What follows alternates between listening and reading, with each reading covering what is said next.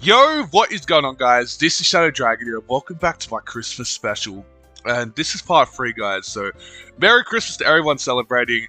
And, okay, auto text, just... So, run my intro, Yuri. Alright? Okay, anyway, yeah, Merry Christmas, everyone. Please check out the last 2 parts if you haven't. We are currently in Sayori's short story called River. Plan to do all the girls, in order. We got Sayori, Natsuki, Yuri, and Monica, so... Yeah, but anyway, let's get going. I appreciate the offer, but I've spent a long time establishing my writing style. I don't expect it to change anytime soon, unless of course I come across something particularly inspiring, which I haven't yet. And MC liked my poem too, you know, he even told me he was impressed by it. Where are we now? Do you remember when Natsuki and Yuri had that big fight in the club room? Yeah, I do. MC got caught in the middle and he asked me to help defuse it, so I... Oh no. Oh, I didn't realize you were so invested in trying to impress a new member, Yuri. Oh no.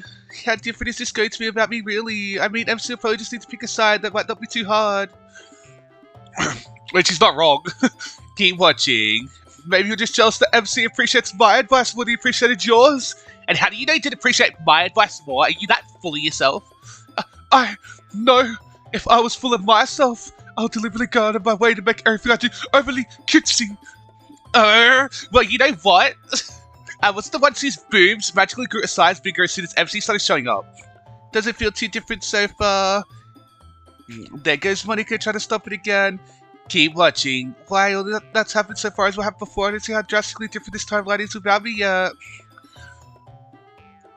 Taking out your own insecurities and others like that. You really act as young as you look, Natsuki. Me? Look who's talking, you want to be edgy. Edgy? Sorry that my life knows too much for someone of your mental age to comprehend? See? Just saying that proves my point. Most people learn to get over themselves when they graduate middle school, you know. If you want to prove anything, then stop harassing others with your sickening attitude. You think you can counterbalance your toxic personality just by dressing and acting cute? The only cute thing about you is how hard you try.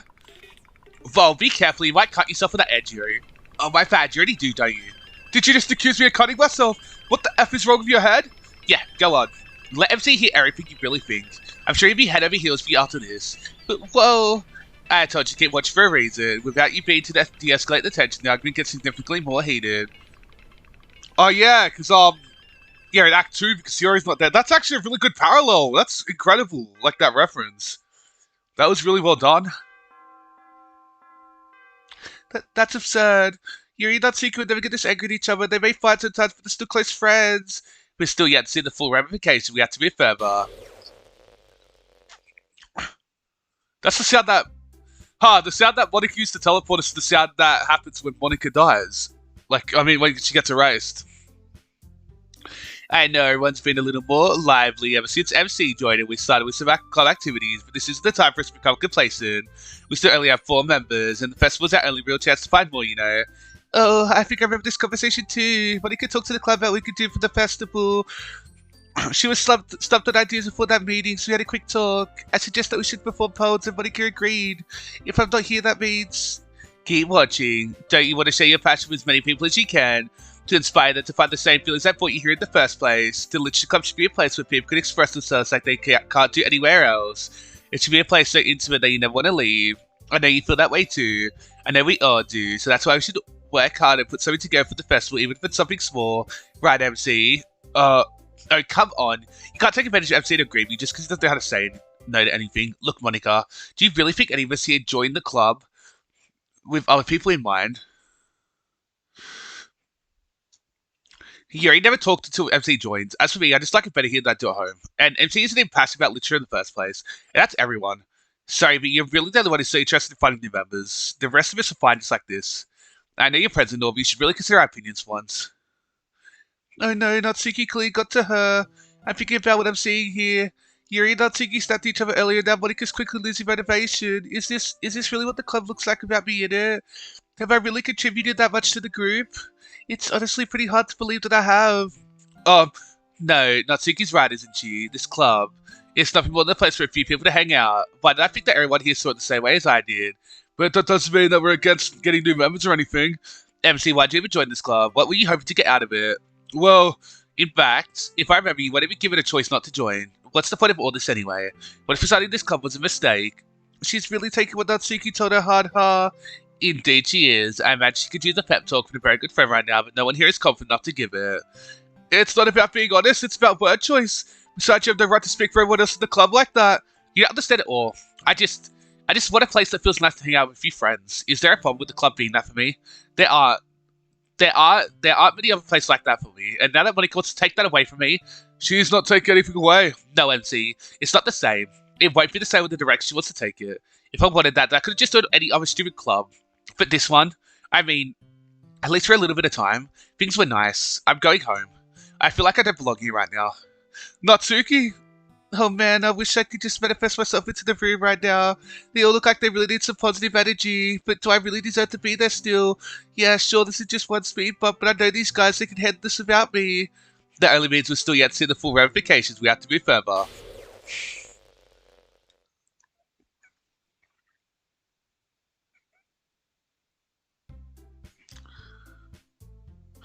I already know what I'd like to do. We can't run a successful poetry event without having the right atmosphere for the occasion, so I'm going to make decorations and set up some nice mood lighting. There, see? That's a great idea, and that gives us all something to do.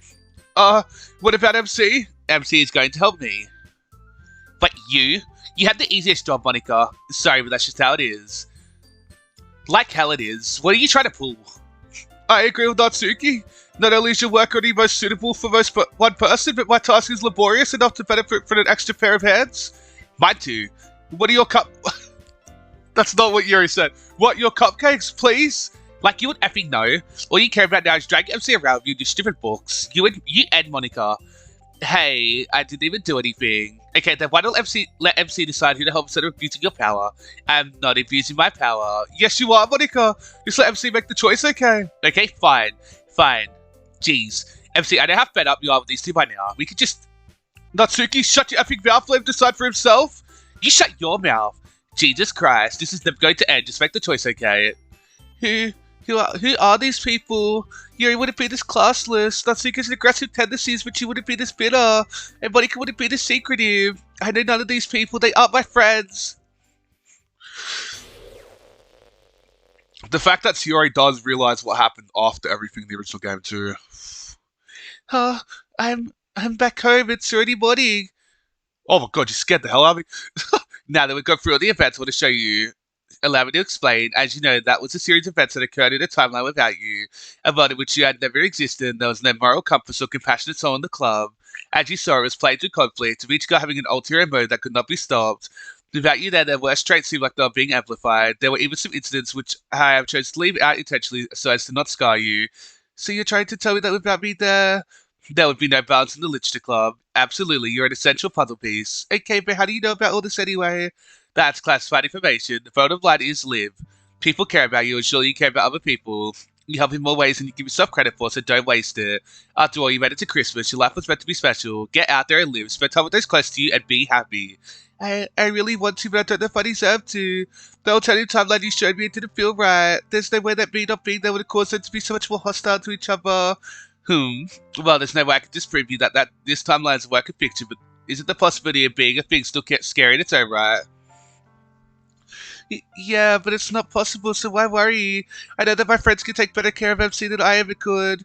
I mean, goodness sake, I couldn't even tell that my own house was freezing earlier. I'm actively lying to him just so he thinks I'm fine. I'm a mess. I can tell you not to think the way you're thinking right now, but I do have one last thing that might persuade you otherwise. She hands her an envelope. Sayori is softly... What? Sayori is softly... Sayori is softly talking for her. There's no name in the writing. The return address is the plain envelope. She shook her hand to open it and see a folded piece of paper. So curious she unfolded the piece of paper to find... Snowflake. Whose poem's this? Oh, okay. It's probably MC's then. Oh, snowflake. A white and lovely snowflake falling to the ground, without a care in the world, wishing it would not melt. Many other snowflakes have already fallen and melted, and many were still falling. The lovely snowflake looked around and felt like there was nothing at all. Except Except that it was special, it was not alone, and it was helpful. Realizing this, the snowflake laughed, and laughed until their tears of sadness turned to tears of joy. The snowflake would eventually melt, but not for a long time, so it made the best of its life, laughing, loving, smiling, and being there. The snowflake melted, content with its life, because it lived to its fullest. Merry Christmas, Sayori. That's beautiful. Ah, her eyes rolled up. This is a great present. Before she knew what she was crying, her teardrops were dripping onto the palm. She quickly put the palm on the desk so they wouldn't get any wetter. She dried up her tears around their face. Oh, this is beautiful. How'd you get your hands on this?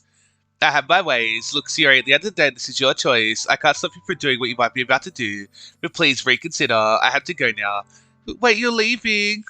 Don't go yet. I have so many more questions. I'm so thankful to have a boyfriend like MC and friends like Monica. They care so much about me. People, they care. She kept mumbling to herself. I... Oh. I'm sorry. She looks under her bed. I can't do it anymore. She quickly grabs the rope that was under there. No, what? I thought it was going the opposite direction. What do you mean? Oh... They deserve better than me. They all deserve better than me. She starts placing the rope on the roof. I know MC's still here, but if I do this fast enough, you might not even notice until it's too late. She slides the chair into position. I can't better you guys any longer. Sayori, breakfast is ready. Oh shit, he's making breakfast. I have to go faster. She tries to get on top of the chair.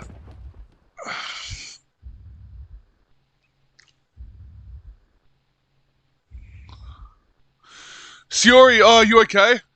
No. I can hear his footsteps going up the stairs. No, she just act fast, tries to get the rope off the roof for heat. Hey, Sayori, I just wanted to... Sayori! I can explain. He sits on the edge of her bed, not knowing much else to do in that moment. She just sits next to him. MCI? No. You're about to apologize again for something that isn't even your fault. I'm not having it. I'm not even going to pretend that I know what you're going through. I don't. I know absolutely nothing about depression. What I do know is this. You're one of the greatest things that ever happened to me. I've been by your side for years now, and no matter what those thoughts in your head are telling you, I'd much rather be by your side in life than mourning you out to death. You're just saying that if I got out of your life tomorrow, you'd eventually forget about me. That's how this works. Everyone else would too. I'm not special. I'm a liability. If you were truly a liability, why would I insist on spending time with you every day? Why would the others be happy every time you walk into the club room? Because they feel like they have to. Because they feel like they need to be. You have because you feel like you need to be. I had breakfast ready for you downstairs. I insisted on staying over. If I was just here to make you happy, I'm not even going to sugarcoat it. I would have been home by now.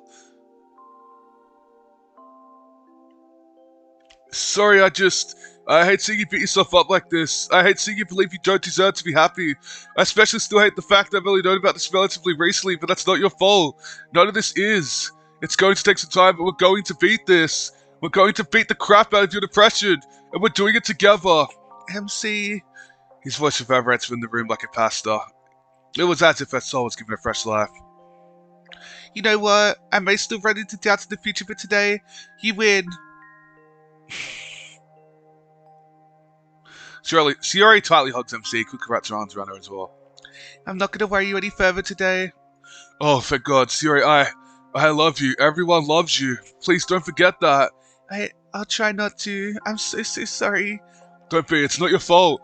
He kisses her forehead. This company is exactly what she needed right now. They stayed there for a bit, cuddling for what feels like eternity. She wishes it was. Eventually, they break apart. So, you still good to go for our plans for today? Yeah, I think I might need to take a nap though. Didn't get a good sleep. That's fine. I can save you breakfast for later. Actually, hold on. Let me go do that right now. He quickly exits the room. Wait, what is he doing? Is he planning on staying here with me? You don't mind if I nap here with you, do you? No, I wouldn't mind that at all. Good, now get back over here already. I'm feeling cold again. He set his arms down that quickly fall back to his warm embrace. He saved me again. He really does care. They all do. I can't run for this anymore. I'm going to give everyone the best present I can give them. With the resolve, I'm going to open the door to the next chapter of my life. One where my rain clouds don't rule me. One where I'll try allowing myself to live. Well, the tail end's there. It's over? No! What do you mean?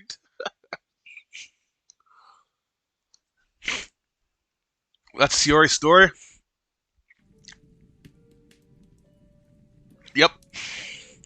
I gotta say, I loved it. That was incredible. Like, I really felt the emotions, the impact, the relationship between MC and Sayori. Like, oh, it's incredible, man. I just seeing the fireplace make me feel warm inside. Oh. Unfortunately, I live in Australia, guys, which means I don't get to enjoy a fireplace because it's boiling hot. Would love to have winter Christmases, honestly. Everybody that does is so lucky, man. Wow. What a wonderful first story that was, wouldn't you agree? Our protagonist was neck deep in despair, isolating herself from her friends, disassociated from the rest of the world.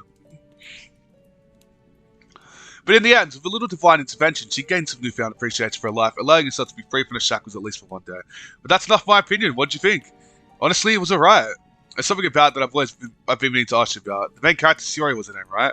I don't know why I feel this way, but something about it feels familiar. Is that so? Do you know someone like her, perhaps? Maybe, it's hard to say. Do you feel like someone I might have seen before? I chalked that up to this person having a lot of experience when it comes to making stories. Well, okay, so it's time to move on to the next story. Out of the 3 others left, which one would you like to hear about next? Honestly, man.